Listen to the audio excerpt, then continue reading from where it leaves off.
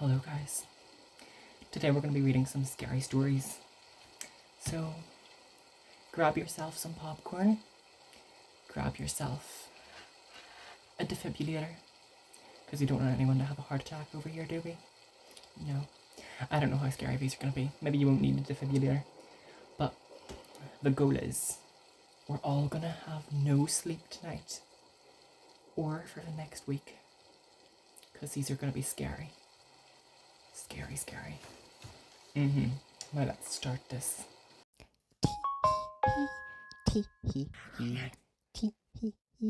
You will be spooked during this video.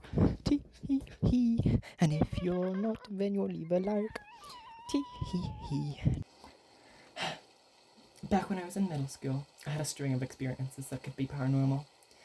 But it is not impossible that these could all be explainable experiences. I am a believer in the supernatural, and this was my experience. First off, I had a kitchen that leads to my old bedroom, and my bedroom at the time used to be just a garage. So it was on a lower level than the rest of the house, with 2 steps going down. Just adjacent of these steps was a pair of double glass doors that led out into a carport. One night I had just been going down these steps, I guess, to go to my room, and I heard 3 knocks on the double glass doors. I froze for a moment, then proceeded to investigate. There was not a person in sight, and we had a motion light that would often go off out of nowhere, and that light was peering through the doors. I could not explain the knocks, but I know for sure they came from that door. Next in line of experiences happened in the same room sometime after. I'd been watching some YouTube on my PlayStation 3, and the closet to the right of me had started slowly to swing open. As this was not common, I had checked around for air vents or around for the closet. To my surprise, there was nothing that could have moved the door without a little intervention. And the last of these experiences occurred in the middle of the night in the same room. I had woken up with the worst sense of dread and fear I had ever experienced up to that point. The room was thick with an evil presence, and I was scared out of my mind. I proceeded to put the covers over my head and just pray to God I could go to sleep. Eventually I did, and I woke up to sunlight. It was comforting, but I did not want to be in that room. I now live in my brother's old room, and I've not experienced anything like that since. The end. Right, okay. So, we had a wee story about somebody being scary. They were being... Okay, anyways, let's read the comments. There's only 2 comments, so... Most AI tools tell you what to do. Ours does... Oh. That was an advert I was reading. Ignore that. Okay, this person says, so with closet door experience, was your door open in that room? Maybe it might have been an air draft that swept through your room and caught the edge of your closet door. They responded, no. I was the type of kid that never had my door open. I only included it because it wasn't an isolated place. I've got something in my eye. Okay, right, that one's done. It was short, but I did search short. I didn't think it was going to be that short when I said short. I was kind of looking like 2 paragraphs. Because, I did another... I just tried to film this one a second ago, but I did it vertically. I recorded it vertically for TikTok, which was the stupidest thing I could have ever done, because now I have to redo it. I'm doing different stories, so the last ones were a page long though. No, not even a page. I would say 2 A4 pages worth of writing, so I had to I don't know. I didn't want to do long ones even because I had already spent flipping 30 minutes doing it, so but here we go. Let's find some more. Let's see. What do you guys want to see? Scary stories about my dog. Let's see.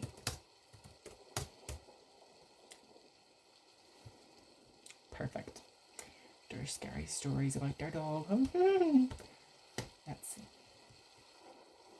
Home alone with my old dog. That's the name of this. Although it doesn't seem like it, this happened quite a while back, probably over 10 years ago.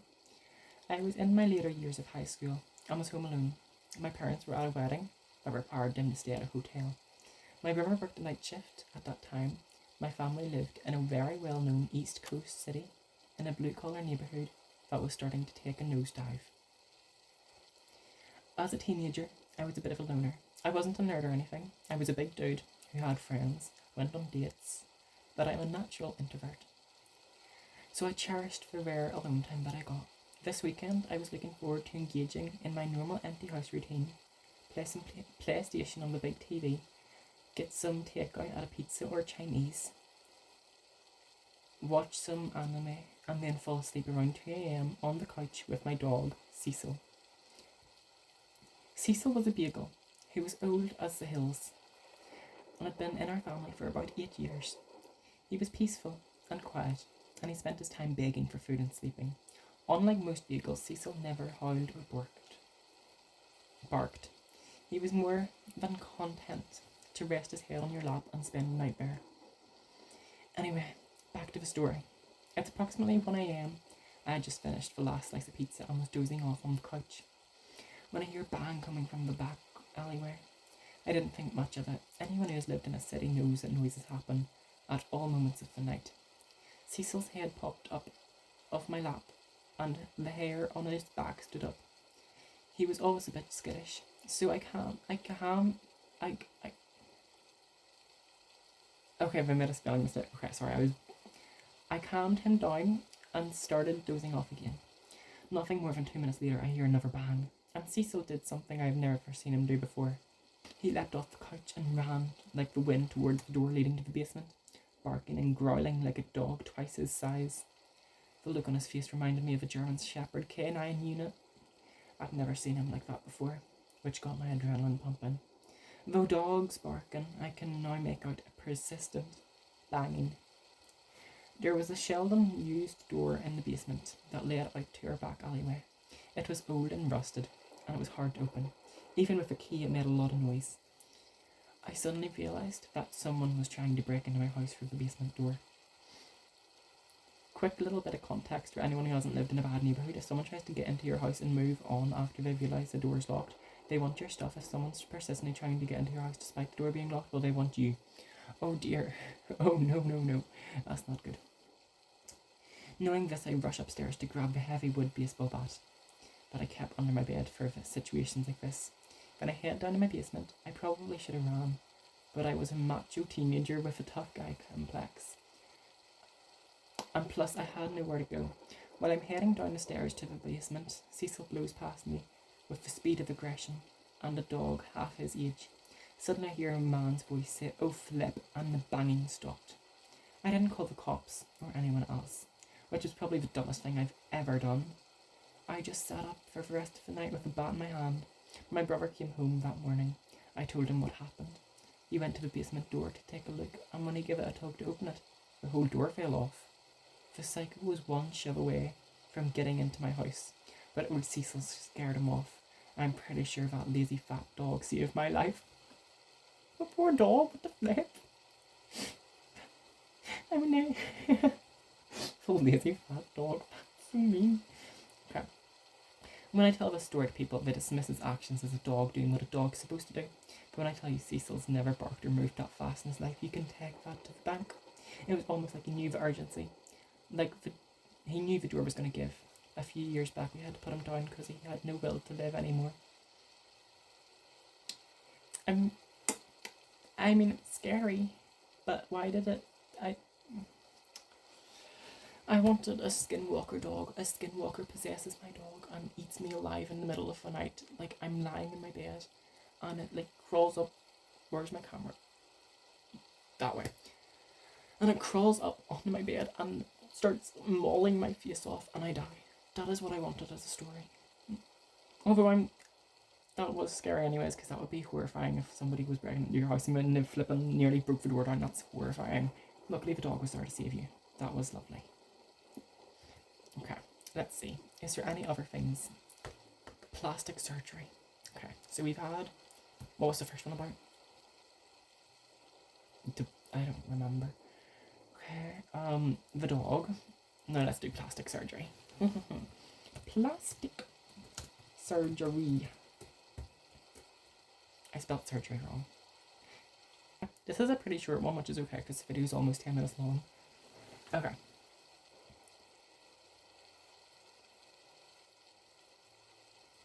This one's called Disfigured Face. Hey, it's me again, and I have another story for you. 2 stories in one. This happened in the present time, when I was alone in my room. I have a bunk bed. I was watching TV, and I got a Discord notification. So I was checking it out. As it was doing this, I saw a bloody disfigured face coming from the top bunk. I quickly put my phone down and went back into the bunk. I knew it wasn't anyone in my family, but I still checked. As you can guess, it wasn't there. It wasn't human, but it couldn't be a spirit, because usually I would sense their presence, and this face was terrifying. It didn't seem real, but this is the first time I've seen it. This is the second story. I was home alone in the living room. Now where I live, the living room has a clear view of what was in the laundry room. During this, I had a TV, and I was watching some show with food and a drink.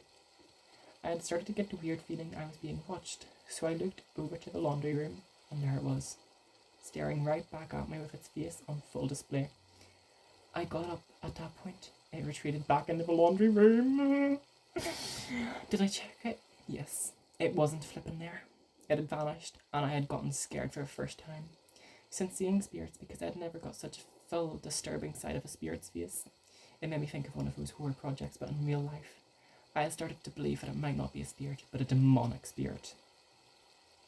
Due to the fact that my real father was a Satanist and would send demonic spirits towards my mother.